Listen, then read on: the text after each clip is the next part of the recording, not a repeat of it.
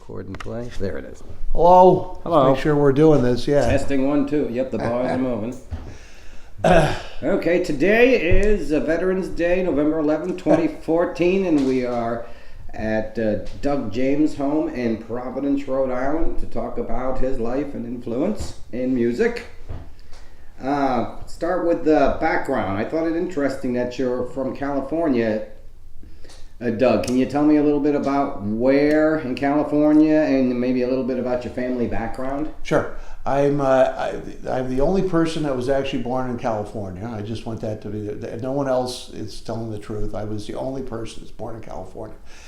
And basically from the Central Valley was where I was born in Turlock, which is a little bit above John Steinbeck land in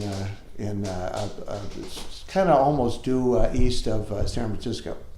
So my family moved around a bunch. My father was actually a Lutheran minister. So basically we were in several places: Turlock, Livermore, Castro Valley, and then Dublin. And then I left home at the age of 16. So, but that's kind of where I'm from as far as musically speaking. We had a lot of stuff going on in California at that time. But anyways, I guess that's... Right. Well, the family, what did your family do for a living? Who were your folks? My father was a minister, so that's really what I was involved in the whole time. My first exposure to music would have been just sitting on the organ bench with my mother while she was playing the organ. So that's how I learned about keyboards and stuff, you know. But the rest of it, we just had the normal sort of stuff at home that everybody listened to. Various things, certainly not just religious music, but the usual pop stuff of the day, I would say. Was your mom a stay-at-home mom? Did she work? She was a librarian and did a few other things, but she was also at home too. So. Did you have any brothers and sisters? I have 3 brothers and sisters. I have a brother 2 years younger than me who's a dentist. I have a sister who was a secretary for a big construction firm, now basically retired, and a brother who's a real estate agent down in Newport Beach, California. There. So they still live out there? Yeah. Oh yeah, my whole family. I'm the only one that went east. So. So you were exposed to church music early on. So you're born in 53, is that Yes. correct? So at that time, I'm a Lutheran too, so... no kidding. Yeah, I am. I remember the old Red Book. Yeah, there you go. All right. And is that what Mom played out of when she played the organ for you? Sure, man. All the good stuff. Mighty Fortress, etc. Yes, Abide with Me. Yep. Now you're asking about... Yeah, well then if that was the case, where did other forms of music come from? It's funny, oddly enough, with more Texas connections, my friend of mine that I grew up with and was very, very good friends with when I was like 3rd grade through like 8th grade, is now has been teaching at a university in Laredo for like a long time, and but he just came down to see me with Jimmy Vaughan, and he was talking about me being interested in blues when I was like 9 years old. I used to, when I was like 9 or 10 years old, I used to buy blues records and give them as birthday presents to my friends and family, and they would never listen to them, and then I would just borrow them back, and that's how I would get some of my recordings. So that my collection got better because of that. But so. Were you exposed to blues on the radio or TV? There were great. We were close to Oakland. So we heard stuff. I remember hearing Bill Doggett at the opening of a shopping center or something somewhere, and I have no idea who was playing sax. I don't know if it was Clifford Scott or not. But anyways, and then there were a lot of good blues guys, and we had a very good public television, some really good shows that, like on Sunday afternoon, would have all sorts of people on from the local scene and from everywhere else, so it was a great education that way. We had later on, when I was a little bit older, we had KSAN and KMPX. I think for the the two free radio stations, so they would play like anything. It was all sorts of amazing stuff on. So got a chance to hear all sorts of stuff. Listen to the transistor radio, underneath the blanket when I was, supposed to be asleep all night long and stuff like that. So. Were those two radio stations local, or were they the KSAN was San Francisco, and I'm trying to think of the other one. I think KMPX was actually the one out of Tijuana with Wolfman Jack. I'm trying to think of the other station. But anyways, there were two incredible stations that had free format. So they would just play just all sorts of stuff. So I got to hear plenty of stuff when I was supposed to be sleeping. So. And when did you start feeling that you would like to play music as well? I always did, and I had a whole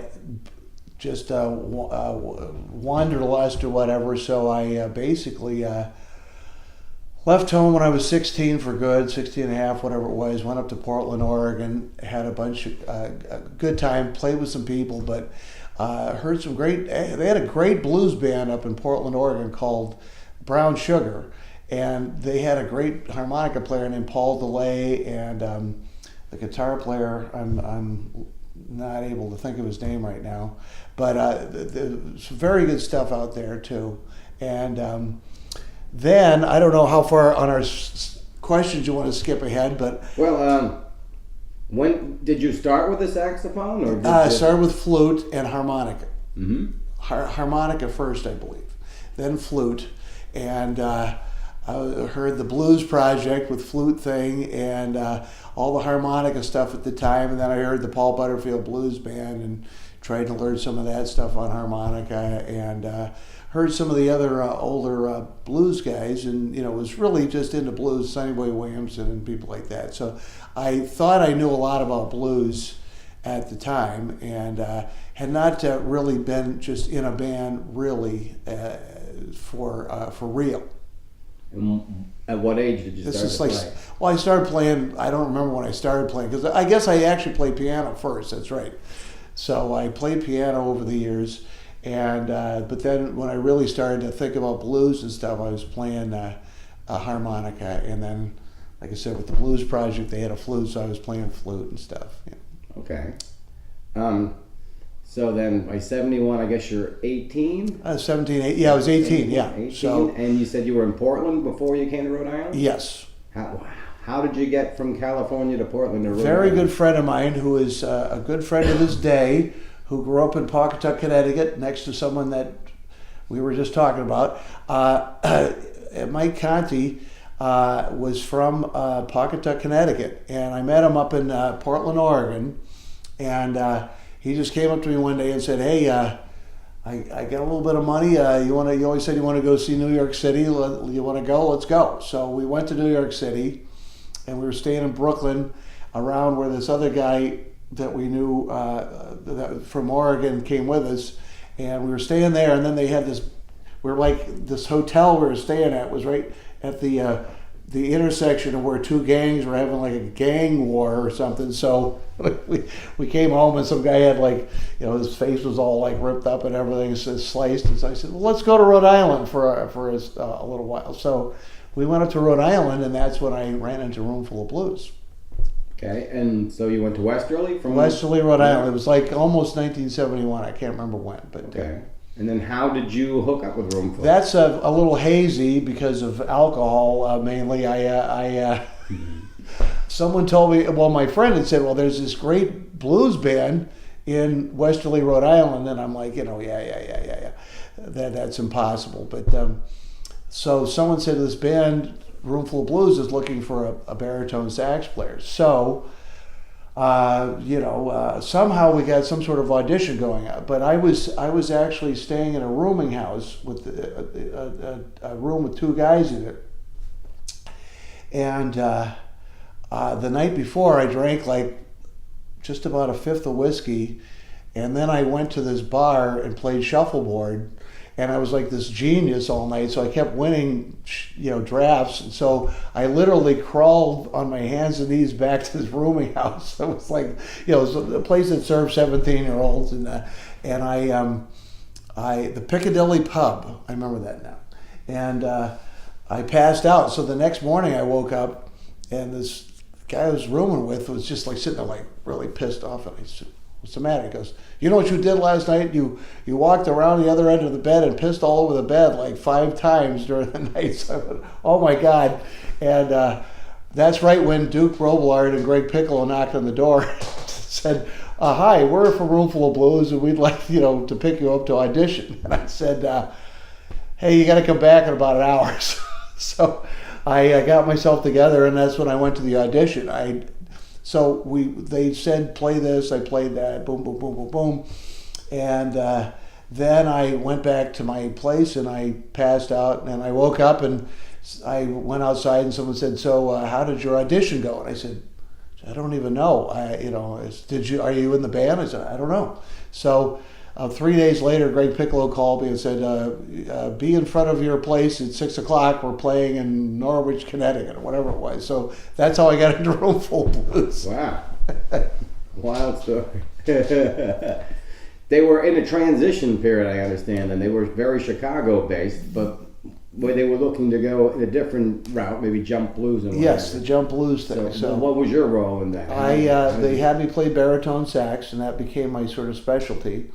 Now I play tenor and baritone, but I had to sort of take the tenor sax style and try and adapt it to a baritone sax and sort of find my own way with that. And so that's how I became a baritone sax player, basically. And they got me this horn that looked like it had been, on a riverboat that sunk like 50 years ago or something. And it's all like barnacles all over it, and half the keys were falling off and stuff.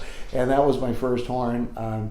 Then I, just went from there. And so you have to sort of learn a lot of stuff by myself, because that's, we had the opportunity to work with a lot of people like Red Prysock and Eddie Cleanhead Vinson and Sil Austin and all manner of people like that, Arnett Cobb and people, but we didn't talk about playing horn that much. It wasn't like lessons, but when you're around guys like that, you learn a lot. And of course, Greg Piccolo and Rich Latai were great to learn from too, because those guys had all been in bands and they were older than me, but they were also like extremely seasoned professionals by that time. So I kind of jumped right from into the fire there. It was very very interesting, and just you learn fast what you got to learn, and that's the way it goes. So, and was there a conscious decision by the band to go in a different direction? The thing is that with Duke Robillard, Duke really had the direction of the band and the idea, and went out and found all the records and really kind of helped narrow things down, so the band had a sound that wasn't just people playing a bunch of stuff. It was really something that was focused, and we certainly played a lot of styles of blues, but it was all kind of something that came together in one cohesive thing. It wasn't like people would sort of in the middle of a solo start playing like Jimmy Page or something. It was really some people that were really loved what they were doing and trying to be faithful to that while still doing what they do. So that's where we came from. And why baritone sax? Well, because that's what they gave you. That's what they gave me. So I think a lot of things in life happen, and you just got to go with them. So that was it. And I always liked baritone sax anyways. I mean, I played baritone sax in high school band briefly until they found out I couldn't read music, because I would just make up my own parts. And then they finally realized that those weren't the part. They sounded fine, but they weren't the parts. So I wasn't reading them. So but I had played baritone. I always liked baritone, so that's why. Okay. And my good friend Doc from Tower of Power, was always a inspiration about being a baritone sax player, and others further down the road. In terms of horn arrangements, who did the arranging? Was that Piccolo at the time? We would all sit down and have ideas for arrangements. I think probably everybody will say that they thought of the most arrangement things, but we all really contributed to all the good stuff is actually my arrangements, my ideas, but we all contributed to that. And then when we had something that was more of a formal arrangement, which we didn't have that much of, Al Copley would do the actual written down arrangements and stuff. Mm-hmm. And so he was going to Berklee School of Music and had to quit because he was working, and that's what they want you to do at Berklee School of Music anyway. So, but we all contributed to that, and we just sit down and figure things out a lot of times. So we like to keep things simpler rather than get more complex. Generally speaking, when somebody is sitting down to write an arrangement, that's what they do. They just arrange, and they make it, usually for my taste, they make it too complicated. So the idea, like, basically is like, from what we heard and what we heard about from, like, Count Basie would get an arrangement for his band and he would throw like 2/3 of it away. So actually, as a joke, I guess Neil Hefti, one of the arrangers, gave him his new arrangement one time written on a postcard. It's like, because you're throwing away most of my arrangement here, but that would make everything swing better instead of just being some complicated thing, So that's really where the idea that we came from, and what I always think of as what I want to do today is, if you want to do something, do it less than that even, and it's better. It breathes. Because it's not music if it doesn't breathe. Okay, so more use of root third, fifths, less of the really complex chords. No, you can apply all of that very easily, but just not make it so busy. Okay. So the idea is things can, not playing is actually playing too, and so the idea of, like, when I go to some of these things, and if I sit in with people, or if I am with other people, other horn players, they just think that if you're on stage, you got to be playing the whole thing, and it's not true at all. So the main thing you got to learn, which you learn really fast with girl singers, is not to play over the vocal. The ladies tend to really make it very clear that they don't want you to play, and so you learn a lot about that stuff, and that's. I think the most important thing is just, sit down and listen to the song for a verse to find out what it is. It's not just a blues. If it's a blues, there's many types of blues. There's a melody. There's all sorts of things that are going on. So don't just play something you don't even know what you're playing. So that's all stuff that was learned when I was in Roomful of Blues and with the other people that I played with, And well, you have any special memories you want to share of Roomful? Boy, we had a chance to play with with really, like, everybody in blues that I could have even thought of, that and more, because we have, like, a sort of working horn section that nobody else kind of really had at the time. So we played with everybody from Muddy Waters. We didn't play with Howlin' Wolf. Muddy Waters, Coco Taylor, with just like everybody. We made records with Big Joe Turner and Eddie Clean and Vinson. We played with sax players like Red Prysock and Syl Austin, and we played with Roy Brown. I mean, there's just so many people that we had a chance to play with. It was just so much fun. And then we did other projects besides that with Colin James up in Canada, and then we did one with Pat Benatar, which turned out to be like a lot of fun. And she did a great job, and her and her husband were, fantastic people. We got to be on the Tonight Show with them twice, with Johnny Carson and Ed McMahon, so that was like amazing, and all that sort of stuff, So there's been so many things like that, but yeah, we literally got to play with everybody that I could practically have wanted to. Play with Albert Collins a lot. We play, at the moment I can't. I just literally, if you name somebody, we probably had a chance to play with. Well, for Dana's sake as well, Dana's on the board of directors for the Knickerbocker now. Oh, no kid. Yeah. I'm one of the owners. Well, he's actually an owner. There's 40-some people that own it. Well, I was going to say, I spoke with. But, in terms of history of the Nick, of course, the Roomful of Blues got its big chance at the Nick charging on Sunday afternoons. Well, no, it was Sunday evenings. Sunday evening. Oh, yeah. Mm-hmm. Yeah. that was such an amazing run of God, like 8 years or something. We played there every week. It was incredible. I mean, and it was just like such a scene. I mean,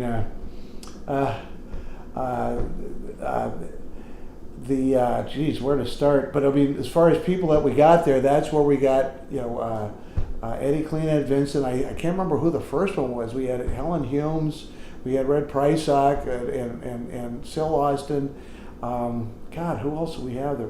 We had a bunch of people there, and of course we this band from Texas came up, the Thunderbirds, to see us in Cambridge because they had heard our first little single that we made.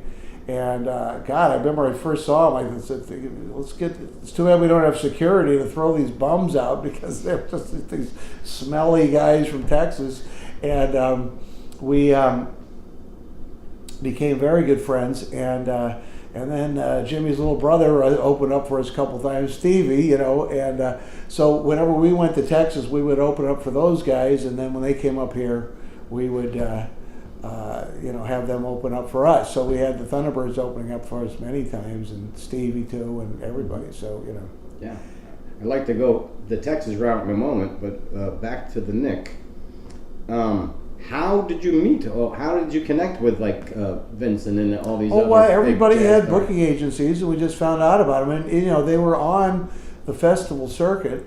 And then you find out your idol of all time that you couldn't even imagine would, he's available to play. That was it, so we'd call them up and they'd come down. And, they had a great time every time because they were used to having God knows what happened. They were, at that point, they were used to just going into a town and playing with whatever the band was that was theirs, or like they were in foreign countries, and sometimes the bands would be really good, or sometimes they would be they wouldn't. I mean, there were some very good, knowledgeable people in other countries too. So they, it was so they were kind of shocked that we knew their stuff, and then they really enjoyed it. So. But yeah, and then the people at the Knickerbocker were all dancing. They had their own style of jitterbugging, and sometimes you would someone would be throwing a girl up and over, and there goes another girl flying through the air and landing somewhere. But we had it was a lot of fun, a lot of fun. I think we charged $1 and packed the joint. I mean, that's before the laws, so it would be so incredibly hot and insufferable in there. In the summer, and of course Aggie Federito that owned the place would go, "Oh, Ming, the AC busted on Saturday. The guy's coming in to fix it tomorrow." He'd say that all summer, that because he would never have anything else in there except us, so he wouldn't get the AC fixed for that. So it was unbelievably hot, and it was like being in New Orleans or something there. And so it would be unbearable, so people would have to go out for air, and we'd let other people come in. So we, actually made money at $1 a head because everybody had to come and go so much. So it was kind of funny. And I run into people all the time that said they snuck in when they were like 15 and stuff. It's just pretty funny. How about the Providence music scene, moving up to the city? In Providence, we had, a lot of stuff was the offshoot of Roomful of Blues. But there were, there was a scene in Boston and stuff. So there were people really into blues, and so we had a lot of really good bands. The Loaded Dice, Backslap Blues Band. I'm trying to think of all the various names of all the people, but there were a lot of good blues bands also. And then Scott Hamilton was playing R&B at the time, and it was all like a lot of fun. You could just sort of. Like when we're playing Lupo's, we could walk across the street to, I guess that might have been the living room then, and go sit in with somebody on your break and then come walking out and stuff. I remember one night when Stevie first hit, or maybe it was still with the Thunderbirds. The Thunderbirds and Stevie were playing at the Providence Performing Arts Center when it was whatever it was before that. And after their set, they came over to the Knickerbocker and all sat in with us. I mean to the to Lupo's and sat in. So we had all that sort of thing going on. The people coming and going. Los Lobos and Blasters and all those type of people too. So a lot of stuff going on, a lot of clubs, a lot of great stuff with great times. I could go out for a night and just go all around downtown and have a good time. Mm-hmm. Well, then I guess we could talk about the Texas connection. You said you had met the Thunderbirds in that way. And Stevie Ray Vaughan at the time, is that when he was 15 or 16? He was just 15. Yeah, whatever. I mean, well, he was a year younger than me. So I was like the youngest guy, and he was younger than that. But, I didn't meet Stevie till we were in New Orleans at Tipitina's, and Jimmy was there, and he said, "Hey, come here, I want you to meet my little brother." And so there's this little guy, "Hey, how you doing?" Because I had been on the road for a couple of years by then, I was like, and that's Jimmy's little brother. Okay, so fine. So then I heard him, and I was like, "Oh, okay," and so that's how I met Stevie. And but yeah, we all were on the same circuit. There was kind of a small circuit of bands like Los Lobos and the Blasters, the Roomful, and Stevie and the Dynatones and people like that were kind of like our own little thing that we had with each other. Mm-hmm. Speaking of Austin, did you ever get into Antones with the? We played Antones a ton. The one that was on Guadalupe, which is the one that I think of as Antones.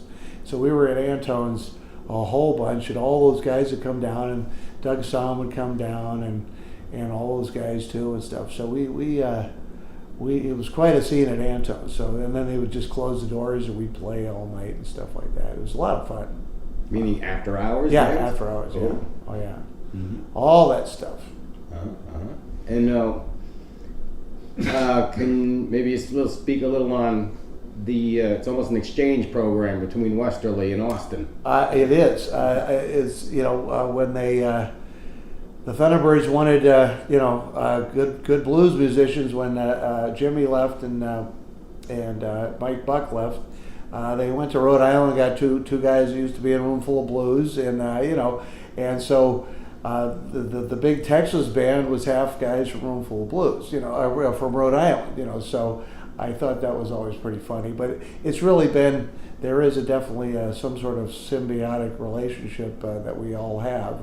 And so when I got the call from Jimmy, I was up in Norway playing with Duke, and got the call from Jimmy, "Come on down," and I just said, "Man, this is where I want to be right now." It was great playing with Duke, and so that's never been a problem. Like just fitting right in with being in Texas and all that stuff. Because where I was born in California was actually a lot of people from Texas and Arkansas and stuff in there anyway. So, but but there is a connection there, and it has been. And Jimmy actually said the Thunderbirds were really seriously thinking about moving to Boston way back in the day. So they didn't. I forget why. But I think it was because it was too cold. Yeah.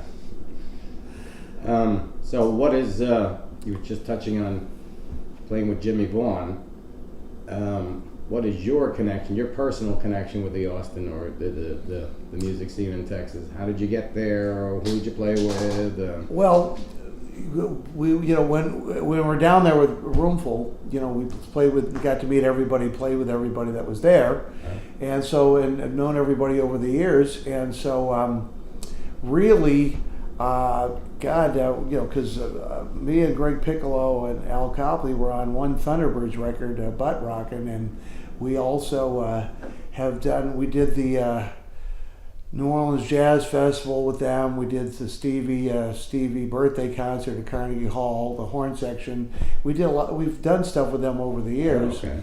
So we have certainly kept in touch. So Jimmy was down here playing at Lupo's about 2 years before he called me and said hello again and blah blah blah, and then next thing I know I get a call. So it was really, Greg Piccolo was in the band, and so she said, "Oh, give Doug a call." I was just subbing for a couple of weeks or whatever, and then I just said, "No, let's got to do this," So that's how these things go. You just it's really it's just great playing with Duke and with Roomful, and it's been something different and fun being with Jimmy.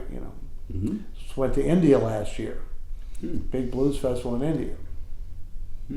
So yeah, that's a good topic. How about your own music project? Because I see you have your own CDs. I have my own CDs. That was great. Duke just sort of helped me produce it. The first one was on Stony Plain, and I think basically Duke could sort of make requests to the Holger Peterson, the guy who owns Stony Plain, and he sort of did it as a favor. Yeah, Holger's a great guy. Yeah. But so he did that as a favor for Duke, and that was great.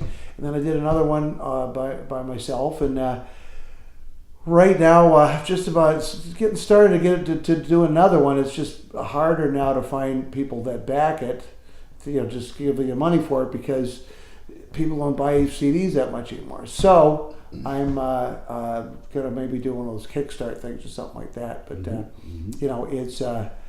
it's tough because people stop buying CDs. So.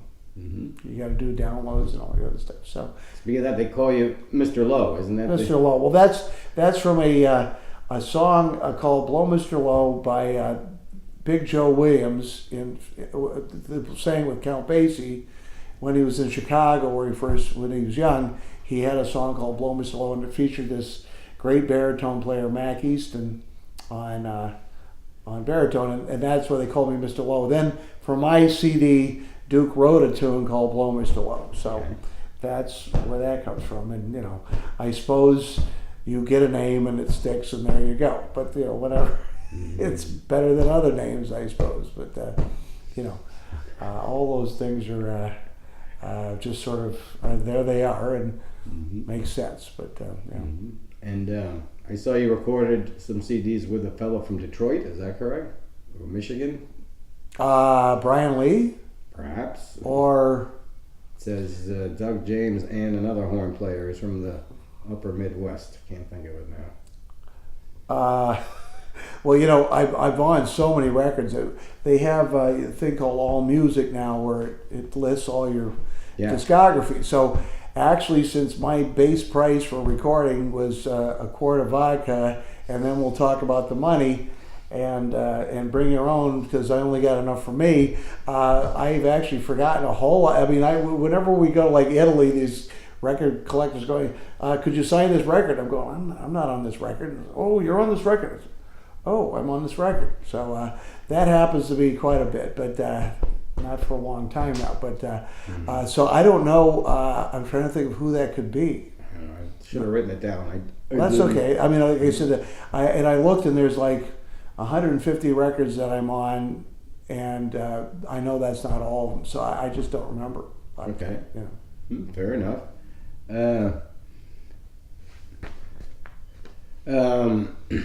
So now you're involved with Jimmy Vaughan, and what else do you do? I know on Thursday night you do the Friends of Dennis thing with the. Well, I just sit in with people sometimes, right now, because it's we worked a lot with Jimmy this year, so I'm kind of I go on and play with people to just keep my chops up, say hello to everybody. I work with some people. Sometimes you do rehearsals that are something that may come to fruition further down the road. There's maybe some people like Jay Giles give you a call and they want to do something, and so maybe you get together with them, and you just sort of a lot of times it's somebody who just wants to sort of try something out, so you go over, you do that. Next thing you know, either you record with them or you do a tour with them or something. But at the moment, mainly I'm working with Jimmy, so it's really, anything can happen. You get a call, and next thing you know, you're going to Canada for a couple of weeks, and you record with that's what happened with Colin James. He just called me up, and we went down to Nashville and recorded 3 albums. This is a while ago now, about 6 years, and then 3 months later we did a great tour all over Canada. You just never know what's going to happen. So. And do you do music for a living, Doug? Yes, I do. Mm-hmm. I am highly unskilled at anything else. So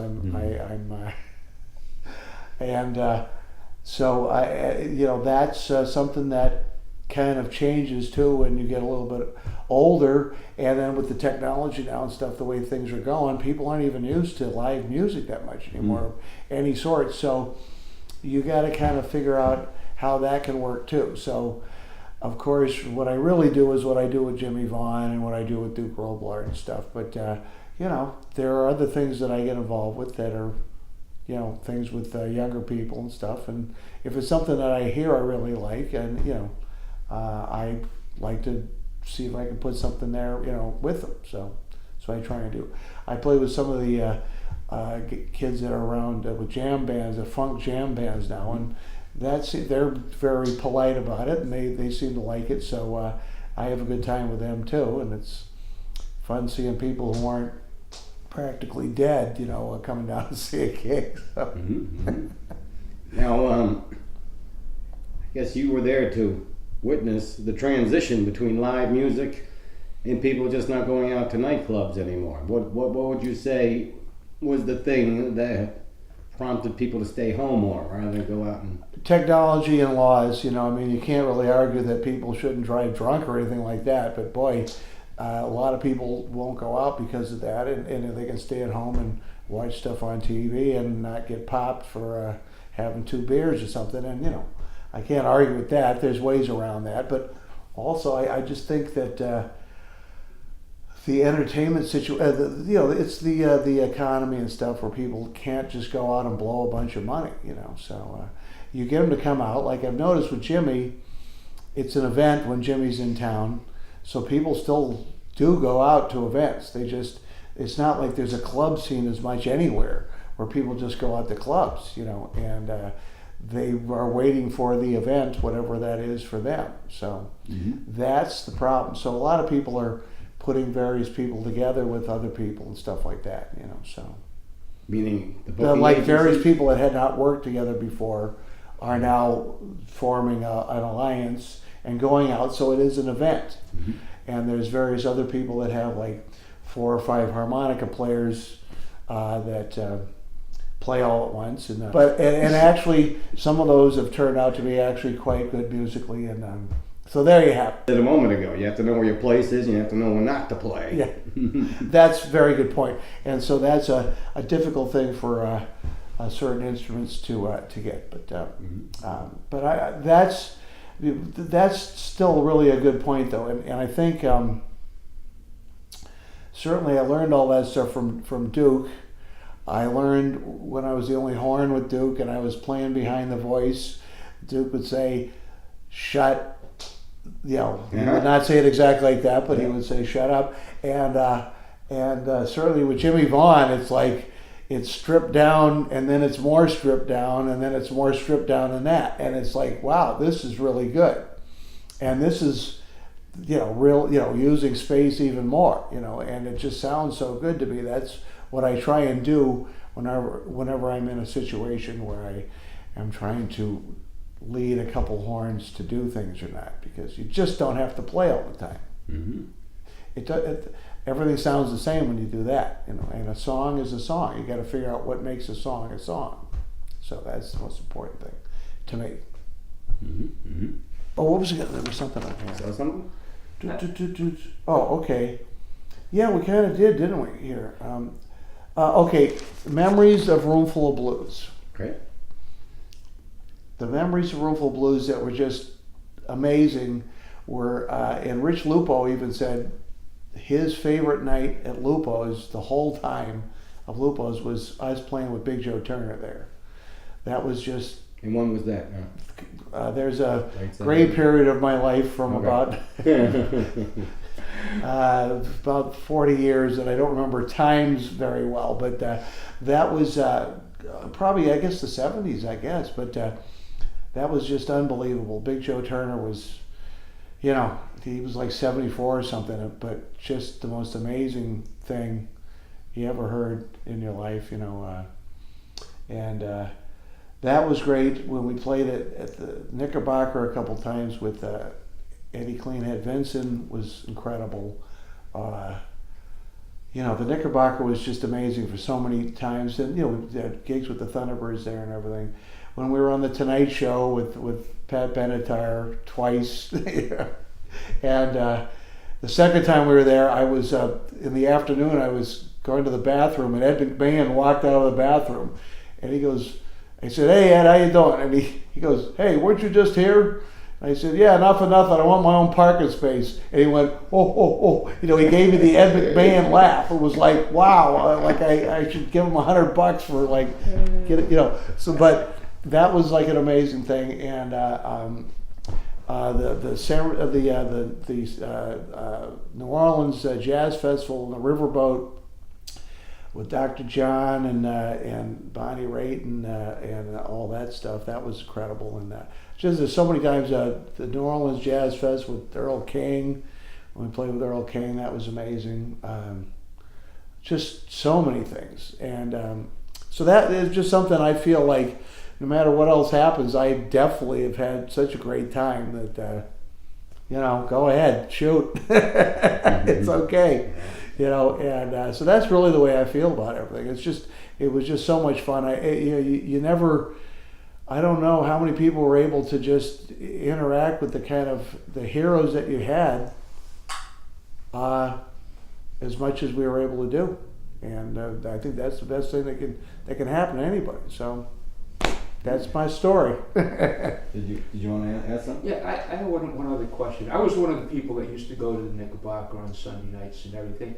And I went there for two reasons. I went there to enjoy the music, but I also went for an education because I didn't know a lot of these people. Yep. How important was that to bring these people to the public's awareness? Well, you know, what it was for me is finding out that this is good music, and it just needed for people to be exposed to it, and they would go, "Wow, this is great! I love this." And I think that was important to do that. How much it seems like there was quite a ripple effect, because a lot of the stuff that Roomful of Blues did, you know, people did a bit later. There was a lag time of people that found out about it, maybe through us, but you know, somebody like Louis Jordan, that's good stuff. You know, you're not going to like that. And also with blues, you're not going to grow up and not like blues. You're going to grow up and like it even more, you know, because it's really like, you think you're depressed now, kid? Wait till you're 60 years old. I'll tell you about depressed, you know. But you know, it's like that sort of thing. To me, I think it's important to keep doing that, because people are becoming less and less exposed. Of course, now you can go hear all sorts of great stuff at Starbucks, but I mean, you know, I don't think they really understand where it's really coming from, you know. And that was when I really thought I was a blues expert as a 17-year-old kid. When I came to Rhode Island, I found out about a million other people that I didn't know about, you know, that were all really good. So that's a good question, but it should be, you know, exposed more as far as I'm concerned. That was really important to me to find these people. Oh yeah. And then I would go look for their albums and stuff like that. And you would find out more stuff. Yeah. I used to go there with a pad and write down. You know, you guys would introduce the songs. This is by this guy, and I'd write down the names and then go back and research it. And, and listen to people. Right. Yeah. I did it with the Rolling Stones records. I would look on the back of Yes, the record and say, that's "Who's what I Muddy do Waters?" too. And I go buy that record. And the Animals, yeah, that's what I would do too. And that's how I found out a lot of stuff. And then, like I said, no, there's about a million other rhythm and blues guys from the 50s that are like, and Professor Longhair. Oh, that was the other thing.